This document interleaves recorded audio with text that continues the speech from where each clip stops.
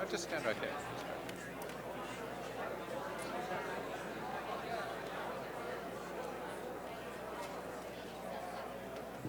All right, ladies and gentlemen, please find your seats. We're ready to begin the next panel. And to introduce our next speaker is the director of the Churchill Archive Center at Cambridge University, Mr. Alan Packwood, who earlier this year was made an officer of the most excellent order of the British Empire by Her Majesty the Queen. So this is Mr. Alan Packwood, OBE.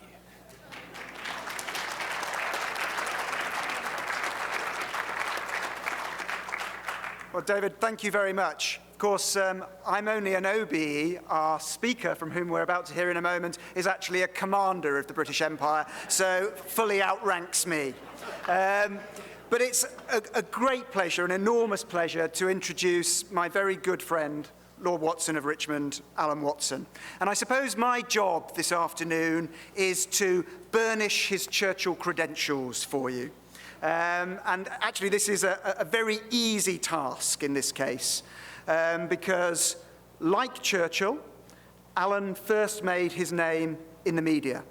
Not as a newspaper reporter, not in the Boer War, but as a TV presenter and radio reporter, rising to become chairman of the Royal Television Society.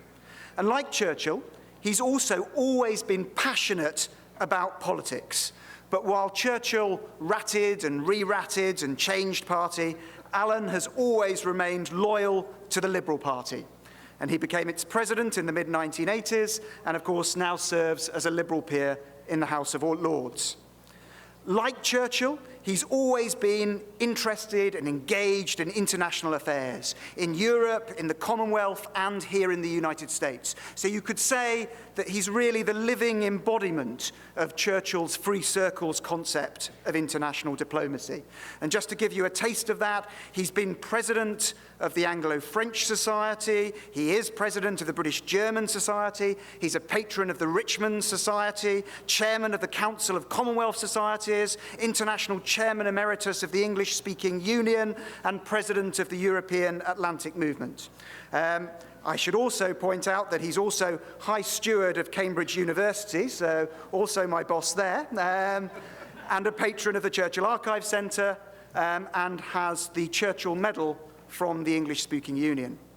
But like Churchill, he is also a writer, and his latest book, Churchill's Legacy, 2 Speeches to Save the World, is about the 2 vital speeches that Churchill gave in 1946, one at Westminster College, Fulton, Missouri, and one at the University of Zurich.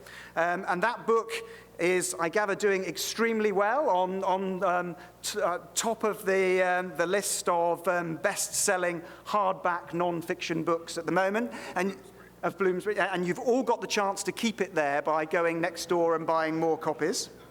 But Alan did not just write the book. In recent weeks, he's also been living it, because I know for a fact that in the last few weeks, he has appeared on the very podiums that Churchill stood on in both Fulton, Missouri, and I can prove that. There's the cover of the Fulton Sun, showing him speaking at Westminster College. He's spoken at Westminster College. He's also spoken from the podium in the Aula Magna at the University of Zurich. So I can't think of anyone better to speak about Churchill and the Europeans to this largely North American audience. Thank you.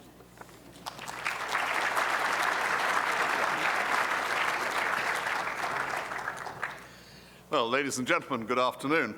It's all very well, you know, being compared to Churchill in this sort of way, but it can lead to rather frightening questions.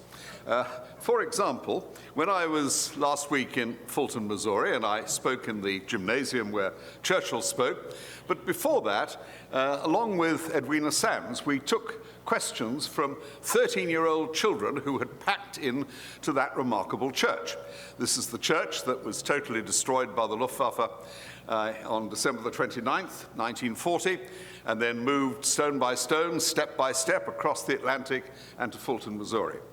It's an extraordinary image when you enter that very small town. And anyway, we were in this church, you see, and taking questions. And one little boy had his hand up straight away. Very urgent, very urgent. So I went to him, pew on my left, and I said, now, what is your question? And he had several different papers in front of him. He seemed very self-absorbed in putting this question together, you see. And in the end, he said as much to himself as to anyone else.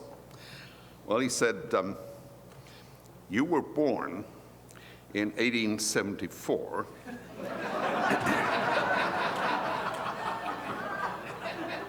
And I calculate that that means you're over 100. And then he looked up at me and he said, why haven't you croaked?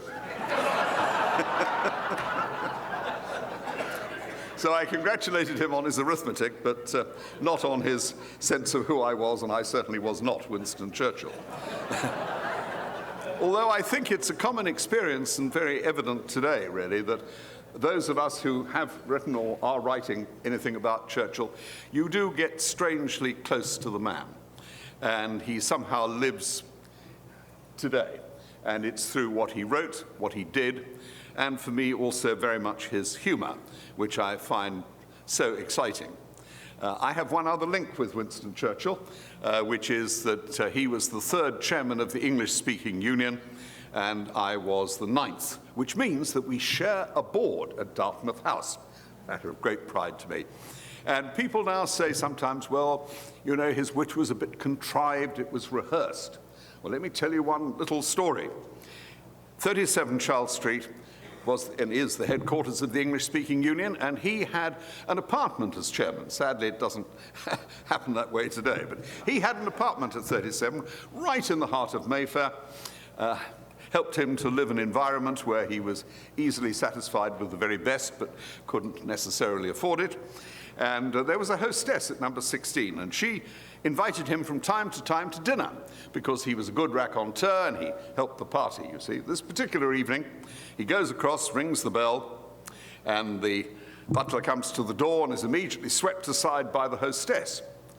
And she looks Winston in the face and she says, Winston, I'm very, very sorry, but I have invited too many men to tonight's dinner. Winston is crestfallen. He's already thinking of the dinner that awaits him. Now it's back to fish and chips at 37 Charles Street. He looks at her and without a moment's hesitation he says, Madam, as I understood the purpose of this evening, it is to dine and not to breed.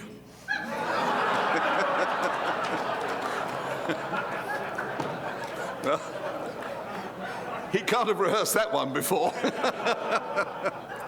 So, there we are. The subject I've been given, and I'm delighted to have, is Churchill and the Europeans. But over the last 16 days, I've been traveling around in the States, giving a lot of addresses about this book.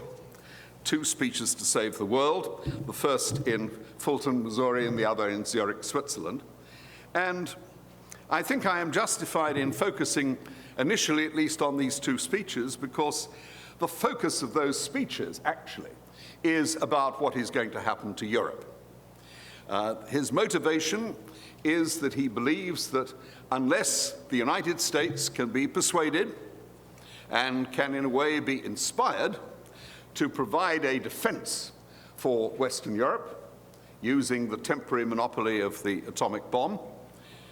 And secondly, if they can be persuaded to help the economic recovery of Europe, of Britain of course, but of the rest of Europe as well, so that Europe can be both defended and restored. And that's the focus of these 2 speeches. One other thing about putting those in context. There is sometimes a tendency, understandable perhaps, but I think ultimately wrong, to see Churchill's career as a kind of gradually downward trajectory. That the high peak is clearly May 1940. He stands alone against Adolf Hitler. But then, so the argument would go, by 1943, certainly by 44, he's no longer the senior leader within the alliance against the Third Reich. His place of power has been taken by FDR and by Joseph Stalin. And then he does indeed get to Potsdam for the closing conference of the European War. But actually he's only there for a few days, and then he has to go back to Britain and face an election which he is pretty sure, even at that stage, he will lose. He does lose it, not on the margin, but substantially. And he doesn't much enjoy being leader of His Majesty's opposition. In fact, he is very depressed by all of that. And so the story would go, he finally gets back to number 10, 1951, but maybe he's too old for that job. He has a stroke the next year, and it's all, in a way, decline. That narrative is incorrect in one absolutely vital regard, which is actually 1946, because these two speeches have a profound effect on the way in which the post-war world is constructed and on the recovery of Europe. And it's worth recalling that after he's made the speech at Fulton, he gets back on the train and he says to the people who are with him, "That was the most important speech of my life." And this is from the man who made all those incredible speeches in 1940. One has to have that context. So let's deal with that first one at Fulton and its impact for the world, but particularly for Europe. He goes back to Britain, he loses the election, and his periods of depression have already been referred to today, and he called them his black dog mood. And after he's lost the election, that dog has him by the throat, and he cannot throw off the mood. And indeed, he's so depressed that he says to his doctor, it would have been better if, like FDR, I had died. And then he says again a little later, the flies are gathering on the corpse. And what really worried him, you see, and he expressed this, that he'd been at this great altitude in which he could both see and help to shape the world. And now suddenly he'd fallen to the ground. Would he ever be able to shape events and have influence in the world again? And then, as you all know, he's down at Chartwell, and this letter is put in front of him. And superficially, there's nothing very unusual about the letter. It's from a college he probably at that stage had not heard of, Westminster College, Fulton, Missouri. And it invites him to come and receive an honorary doctorate and to give a speech about the state of the world. But what electrifies him is that the last two sentences on the letter are by hand and written by Truman. And what they say is, "This is a fine college in my home state. If you come, I will introduce you." And Winston immediately realizes this means 18 hours in the train with the new President of the United States. So with alacrity, he accepts. And really from that moment, his morale begins to improve. And we heard earlier how he'd refused an honor from George VI on the grounds that it was no good giving him an order when actually he'd been given the order of the boot by the British people. But when he decides to return, the day he motors down to Southampton to board the Queen Elizabeth, he takes the shorter trip up the Mall to George VI, where he is given this great decoration, a very sure sign that his morale really has, it's come back. They cross the Atlantic. Churchill is struck by that in many ways because he's the only civilian with his family, but there are 12,000 Canadian troops returning home. Part of this great denuding of the West's defense while Stalin sits outside Berlin and outside Western Germany with 300 divisions in that part of the world, 300 divisions. And short of the incredible and beneficial timing of the possession for just long enough by the West of the atomic weapon, a space is created in which there can be a balance in determining the future of Europe and the future of the world. And that space Churchill is determined to fill it with ideas, proposals, new thinking. And that's what he is quite set on when he gets to the United States. Now, when he arrives in the United States, there are several things which he's not altogether happy about. He's no longer Prime Minister, so he's not invited to stay as a guest in the White House. Instead, he has to stay in our embassy in Washington, and who is the ambassador?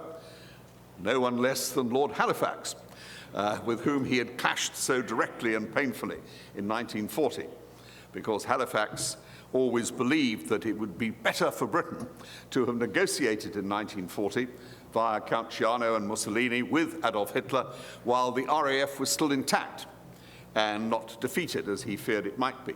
Churchill's view was the complete opposite, namely that the British would never tolerate negotiations with Hitler unless they had been defeated. Quite a different view. Never, never, never, never. So anyway, there he is, and he has one or two desultory conversations with Lord Halifax, and his secretary, who's traveling with him, has given us actually a plan of how they all sat at the embassy table. And there was a lot of small talk, apparently, and she wrote to her parents, and she said it was boring, boring, boring. Churchill wasn't giving anything away to Halifax. And anyway, the journey starts. They are indeed 18 hours on the train. The railway line, no more then than now, actually goes to Fulton, Missouri. It stops 30 miles short of that. But it's a great journey. And Harry Truman is there, of course, and several other people, both Brits and Americans. They drink a prodigious amount of alcohol. They play cards. Harry Truman allows Churchill to win, which I think was wise. And at a certain critical moment on the train, Churchill gets up and he takes the final copy of his speech and he goes across the carriage to a mimeograph machine, sort of early fax machine, and he feeds in these sheets and he hands them to Truman. And Truman reads them and expresses himself satisfied, but he also observes that this will cause one hell of a shindig. Now that's quite important, because what we're actually approaching faster than that train is the first moment of real crisis in American policy towards Europe in the post-war environment. They arrive in Fulton, they have a great time, and when I was there the other day, I was enormously flattered that they dressed the stage in the gymnasium exactly as it had been when Truman and Churchill were there, even the same flowers. They gave us the same lunch, including the famous iconic ham, the pride of the Missouri farmers. And as you know, when he ate it, he saw his hostess looking at him, obviously waiting for some judgment, you see. And he gave it in his particular way, and he said, "Madam, this ham represents the high point in the evolution of the pig." Anyway, he gives the speech, and we all know the famous terms that are used. An iron curtain has descended across Europe from the Baltic to the Adriatic. And his message is very simple at the end of the day. He doesn't use this phrase, but the message is, good old Uncle Joe is not good old Uncle Joe. Stalin is a tyrant, and he will take whatever he can short of a nuclear war. And so again, we come to this business about the space that the bomb creates. Because actually, the sequence of events is that Churchill makes the speech.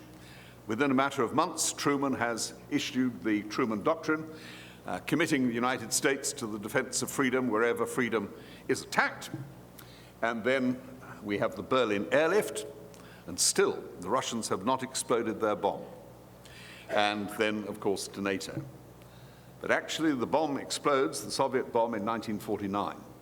And by then the Berlin airlift has succeeded in wresting the possibility of taking West Berlin and possibly the whole of Western Germany and possibly more, short of a nuclear exchange. So this is the space he is determined to fill. At Fulton, how does he attempt to fill it?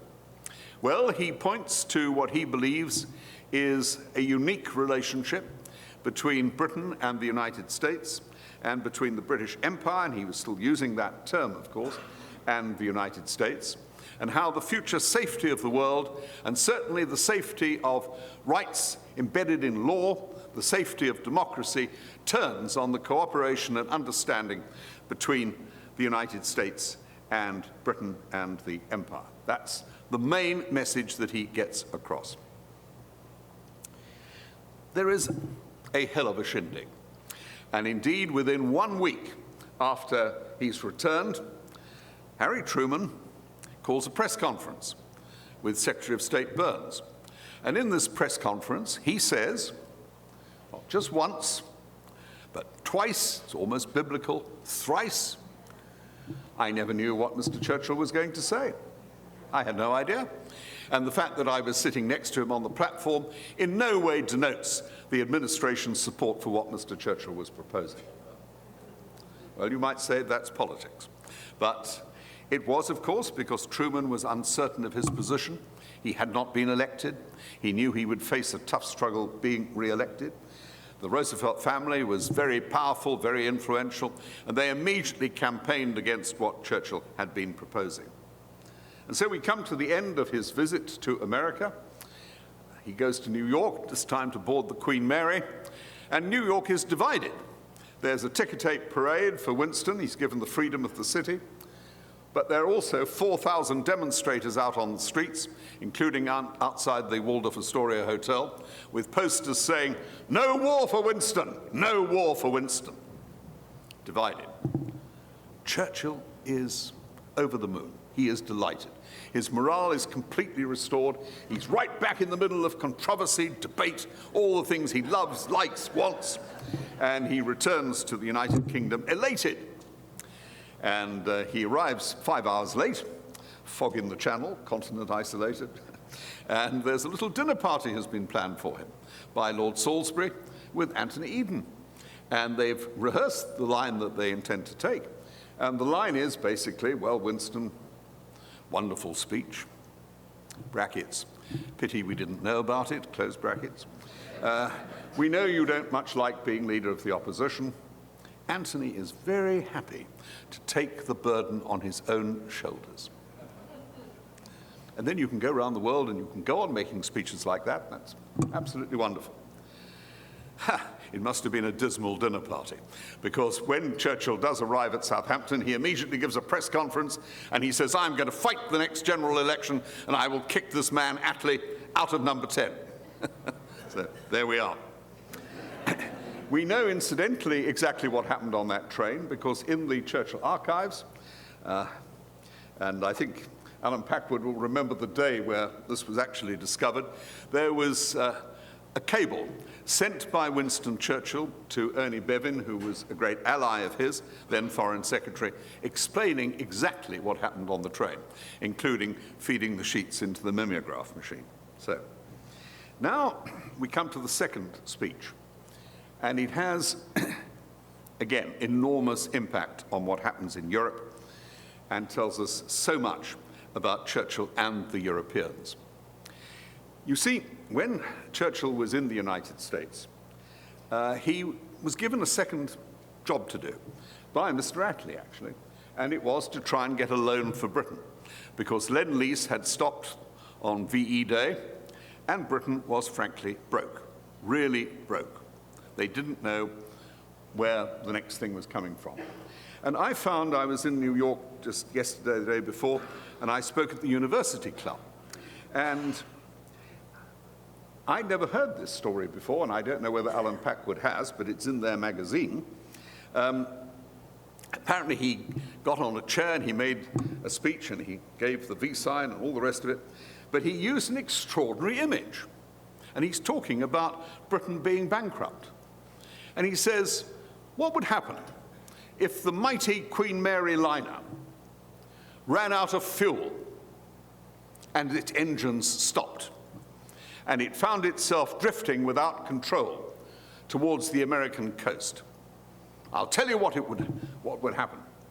The American Coast Guards would ensure that every conceivable ship that could come out to save the Queen Mary would leave harbor and save the Queen Mary. And the message was, this is what I want you to do now, because Britain is, like the Queen Mary, dangerously close to running out of fuel. Now, Winston, despite all his influence on the Hill, actually gets nowhere on that visit to try and persuade people in power in the United States to look, seriously at loans for Britain and wider to financial support for Europe to be enabled in a way to recover. And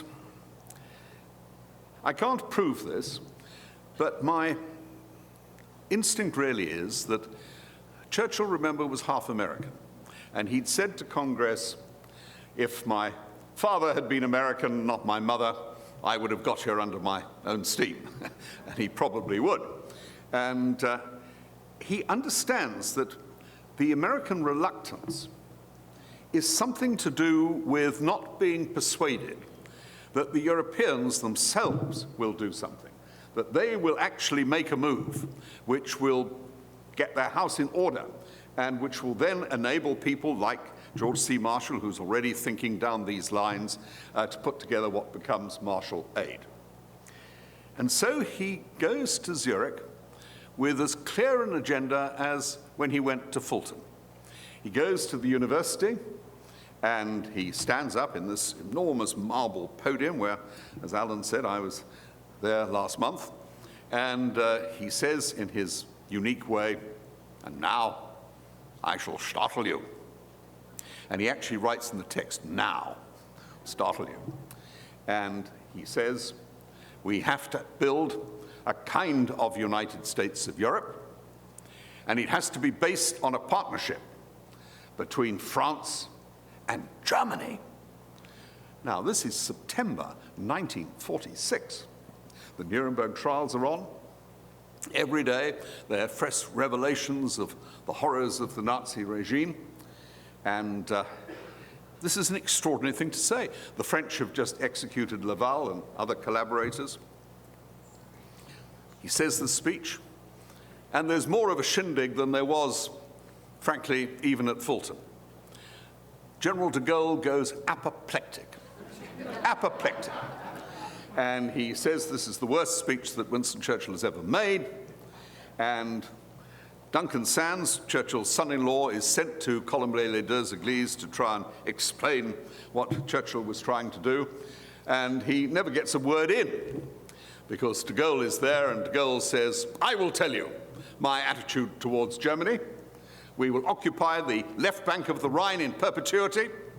We will establish a committee on which the Soviet Union will have an honored place to supervise what happens in the Ruhrgebiet, in the industrial heart of Western Germany, which would have meant, of course, they would have stripped it out as they stripped out industry in Eastern Germany.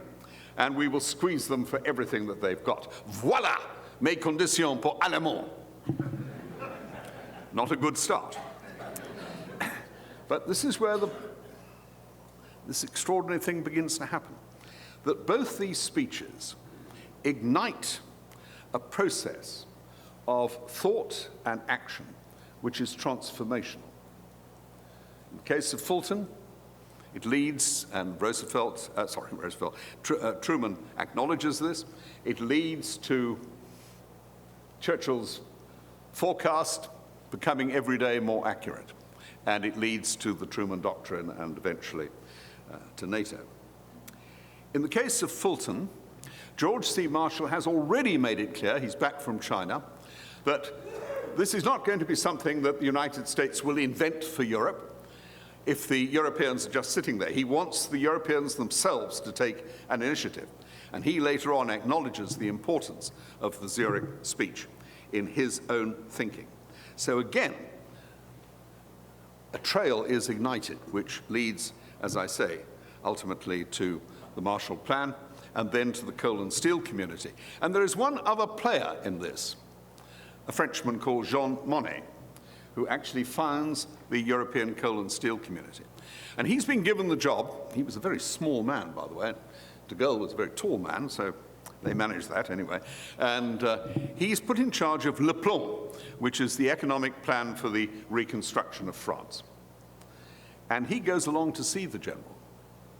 And he was never intimidated by him. Mon général, le plan will not work. France cannot be economically restored without US credits. And there will be no US credits unless we change our policy towards Germany. So on both sides of the Atlantic, something quite new is beginning to come into view.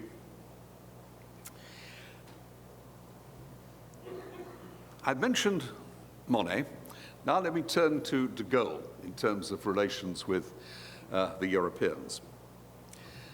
De Gaulle, of course, spent a lot of the war sitting in London, and Churchill was very generous to him in that regard. And headquarters were provided for him just behind the RAC Club in London.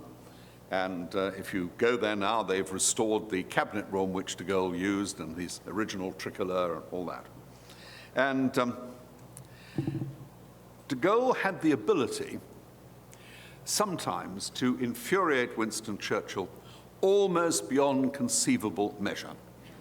And the first time really that he does this, we were checking the date earlier today, it was in December 1941, and Churchill is in the White House for Christmas. You may remember, and you've seen photographs of it, with the Christmas tree. And he's sitting with Roosevelt, having dinner, and Cordell Hull arrives with astonishing news, which is that the Free French, without asking anybody's permission or indeed telling anybody, including the United States or Canada or the United Kingdom, has just occupied 2 islands off the Canadian coast and posted the tricolour. And Cordell Hull is enraged and says to the President and the Prime Minister, "You've got to do something about this." And Winston grumbles a bit and says, "Well, I'll see you de Gaulle when I get back." And he gets back, and I was told this story by Jean Monnet, and I believe it. De Gaulle is summoned into number 10 to explain himself. And Churchill is sitting there, and when Churchill really wanted to have a go, he was like a volcano erupting. And he actually goes at de Gaulle for 40 minutes. And, de Gaulle understood a lot of English, but he pretended he understood nothing really. And Monet is translating or doing his best. And at the end of the day, rather like a volcano eventually subsiding, Churchill sits back in his chair and looks at de Gaulle, expecting a reply. And de Gaulle has come in full military rig. And he picks up his képi, puts it back on his head, puts his heels together, salutes, turns on his heel, and walks out without saying a word. And Monet looks at Churchill, and Churchill says, "Magnificent, magnificent."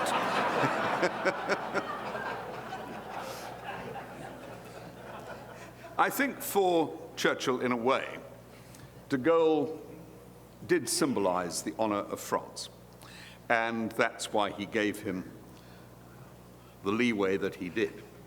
But he could be extremely irritating, and if Churchill believed in victory magnanimity, General de Gaulle did not. And when he becomes president of France, as you all know, he twice vetoes Britain's application to join the European Union. And he does so on the grounds that he claims Mr. Churchill has always told him that he would choose the Atlantic rather than the sea, rather than the land. Well, we don't know. But I do believe that de Gaulle's vetoes and his hurt that he appears, his resentment he seems to have harbored after the Second World War, have had a profound effect on my country's relationship with the European Union. Because I will never forget a time when Angela Merkel, the German Chancellor, came to address both Houses of Parliament in the Palace of Westminster. And she said at one point in her speech to the parliamentarians, "Great Britain has no need to prove its European credentials. It proved them in 1940. That's from the German Chancellor. And of course, she was absolutely right. And one of the problems in the evolution of our relationship with the institutional European Union, we haven't left Europe, of course, that's geographically not possible. And there are other ways of which we can't leave Europe, but anyway. I think it's very unfortunate that, in a way, the Europeans, the continental Europeans, and the institutionals of the European Union never actually recognized the difference in motivation and status between Great Britain and the other members of the European Union. They should have found a way to do it. And when Churchill later on 47, 48, becomes an open advocate of a United States of Europe, and he wishes Britain to join it, but that's not enough, of course. What he wants is for Britain to lead it. Much more believable and characteristic. And let me share with you an incident that affected me quite a lot. Alan talked about various hats that I wear, which are about bilateral relations in Europe, including being president of the Deutsche Englische Gesellschaft, the British-German Association, and the Colloques of Königswinter. And I was British chairman of Königswinter for 6 years. And on the last occasion, there was a farewell dinner, and a very senior German politician, Mr. Schulze, who's now well known in Germany, got up and he made a very aggressive speech. And it was partly directed at me, and it was partly directed at the rest of the British contingent there. And he said, "You Brits have never been loyal to the idea of Europe. You have always held back. You have been reluctant Europeans. You have been disloyal to the idea of Europe." And I was really angry about this. And I got up afterwards and I said, "I want you to understand one thing very clearly. Germany was, of course, enthusiastic for the European construction because it was a way back to respectability and the way back to a role. The French were equally grateful because they had also been occupied and, in a way, disgraced. And the rest of continental Europe, to a greater or lesser extent, had suffered the same fate. The British came out of the war in 1945, not thinking that somehow national independence, national patriotism had been disproved by what had happened in the war. Quite the opposite. They believed that that was what had kept them going. That's how they held their head above water. Churchill said that several times when he was over for the Fulton speech.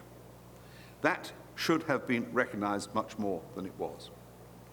So, finally, what is the legacy of this man with regard to Europe?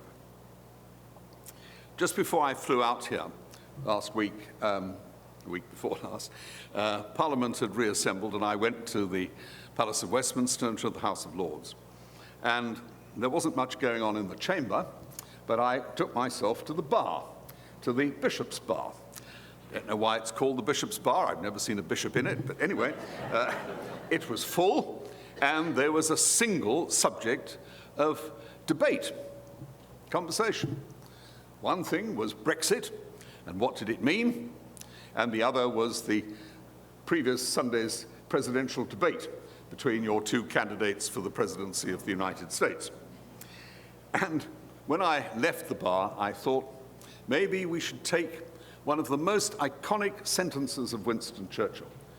In 1940, when he pays this great compliment to the Royal Air Force, and he says, "Never in the field of human conflict has so much been owed by so many to so few."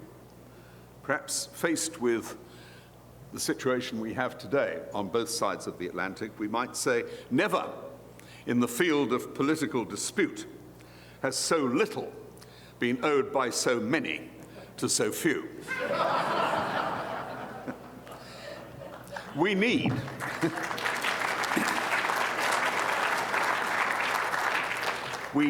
Churchill's legacy. We need the energy. We need the imagination. We need the refusal to give way. We need the ability to grasp opportunities. Carpe diem, he always used to say. And we've got to think afresh and think new. A couple of weeks before he gave his speech in Zurich, he wrote a short article for the Daily Telegraph. And in it, he uses a powerful image. He says, "You know the story of the Spanish prisoner who has been imprisoned in a dungeon for decades. And the man has wasted away, he has no energy, and he has no hope. And finally, he gets to his feet, and he approaches the door of the dungeon, and with desperation, he pushes on it once again. And this time, it opens." What Churchill was saying, he said it very directly to the French. The greatest value that you can get from victory is magnanimity. You have to have the ability to recreate a Europe in which there will be once again a spiritually great France and a spiritually great Germany. We don't usually think of Winston Churchill in quite those terms, but I think there is that dimension to Churchill, and it's the leadership we now need. Thank you.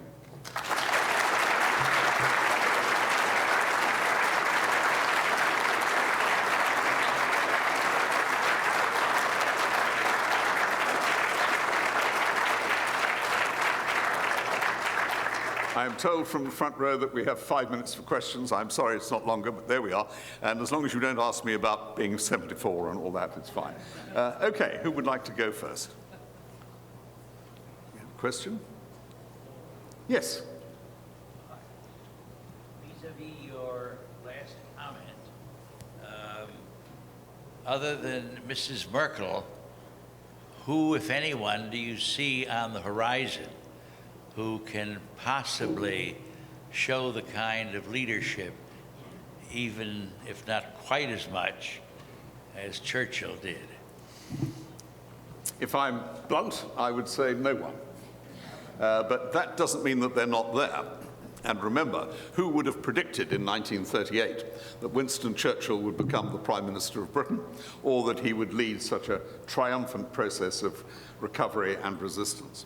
So I think we don't know. What is important is that whoever they are out there, they do understand that the possibility for leadership exists. But we're talking about real leadership. We're not talking about parodies of leadership. We're not talking about populism. We're talking about something else. Churchill was never a populist. I mean, one thing you can be sure of, and I think, Randolph, you'll probably agree with me about this, that if you look at the referendum on Brexit, whatever Churchill might have thought or said or done, and of course we don't know, but one thing I think we can be certain of, he wouldn't have agreed to a referendum, because Churchill did not believe in referenda. He believed in the sovereignty of Parliament. The sovereignty of Parliament. So I want leaders to appear who can use the real sinews of their democracy to provide real leadership. And we have got to have it, because not only of the threats in the Middle East, but also Vladimir Putin. And just a quick word on that. The Soviet Union has gone, but Vladimir Putin is a man of the Soviet Union. He was the head of the KGB for years.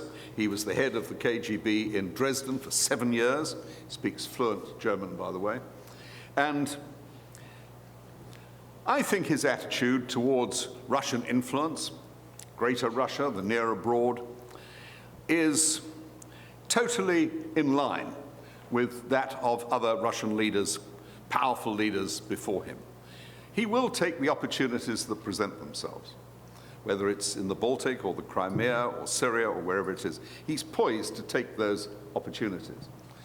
And Churchill used to say always of the Russians that he admired the courage of the people enormously, that they had torn the guts out of the Nazi war machine. True. But he also absolutely did not believe in the sincerity of Bolshevism. He said of Bolshevism, he used the comparison always of a crocodile. I'm never quite sure why. But he used to say, an appeaser is somebody who looks at a crocodile believing that he will eat him last. Or another of those sentences was, if you look at a crocodile and you think it's smiling, remember it thinks it's looking at breakfast. So Churchill should warn us of foolishness in that regard. The thing is, the legacy is a legacy of freedom.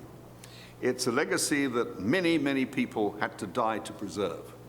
It's also a legacy which needed Churchill's leadership. And I think we sometimes think that democracy is an entitlement. We have got into the habit of believing that countries are going to cooperate and it's all going to be okay. It's not like that. It's got to be earned in every generation and in every situation. So that's why I think the legacy matters.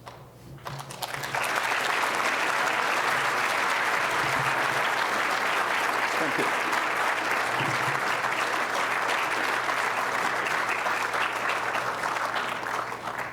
Well, ladies and gentlemen, you now know why a speech from Lord Watson is always worth listening to, and I hope we have more from him in the future.